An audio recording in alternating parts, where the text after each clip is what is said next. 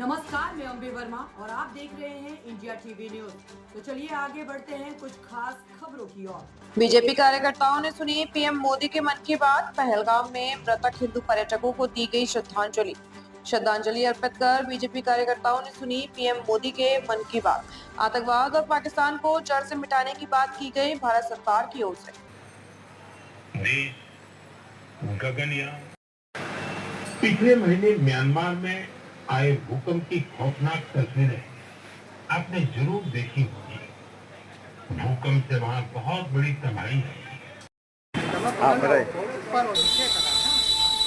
बताइए। जी, मैं भारतीय जनता पार्टी काशी क्षेत्र उपाध्यक्ष पिछड़ा वर्ग मोर्चा अरुण जायसवाल। आज प्रधानमंत्री के मन की बात का 121वां संस्करण था, लेकिन जिस तरह से पहलगाम की घटना हुई है, प्रधानमंत्री भी बहुत बोझिल मन से आज के मन की बात को उन्होंने संबोधित किया और खासतौर से पाकिस्तान और आतंकवाद पर उन्होंने पूरा फोकस रखा।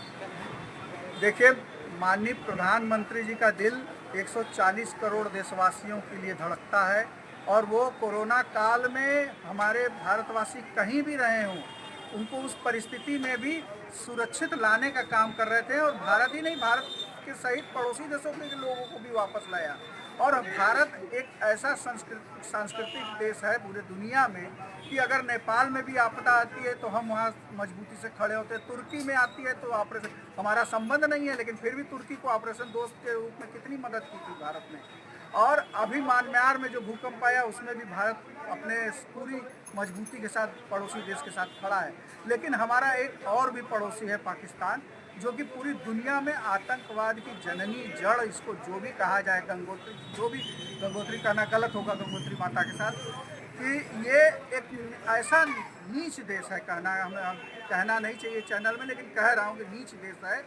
140 करोड़ को डबल डोज आपने वैक्सीन दी, 100 देशों को मुफ्त वैक्सीन दी माननीय मोदी जी, लेकिन अब एक वैक्सीन आतंकवाद के खिलाफ आपकी तरफ से जारी होना चाहिए, जिसका संदेश पूरी दुनिया में जाए, क्योंकि पूरी दुनिया में कहीं भी आतंकवाद होता है, 9/11 होता है, लादेन उसका अपराधी एबटाबाद पाकिस्तान में मिलता है, 26/11 होता है, उसका सूत्रधार भी पाकिस्तान का तहव्वुर राणा निकलता है, आर्मी का डॉक्टर।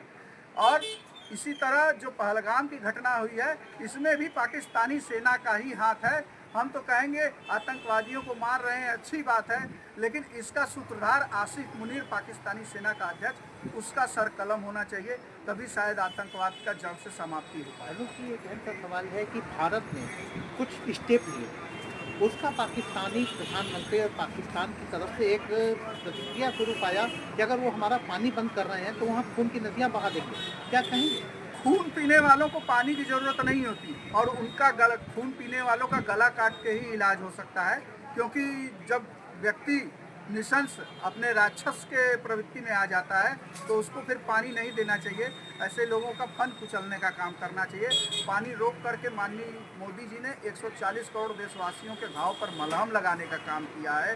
भारत और पाकिस्तान कृषि प्रधान देश हैं, 3 महीने में समझ में आ जाएगा पाकिस्तान को, जमीन खिसक जाएगी उनके नीचे से। पूरे दुनिया में अगर वर्ल्ड की बात की जाए, पूरी दुनिया के देशों में कहीं ना कहीं वो पीछा लेकर उसका होता है, हमेशा रहा है, लेकिन फिर भी वो बैकफुट पे आने को तैयार नहीं और लड़ने और मरने मारने के लिए हमेशा। देखिए, कांग्रेसाई और पाकिस्तानी दोनों बेहयाई पर उतर आते हैं।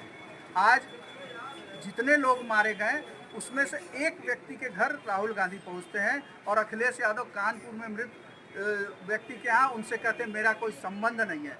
संबंध उनका जब कोई एक अल्पसंख्यक तुष्टीकरण के लिए जाना होता है तभी उनका होता है। कोई यादव भी अल्पसंख्यक के द्वारा मारा जाता है, उसके यहाँ भी अखिलेश नहीं जाते हैं। तो ये तुष्टीकरण की राजनीति देश को कहाँ ले जाएगी, ये देश समझ रहा है। आगे आने वाले दिनों में इसका जवाब भी देश देगा।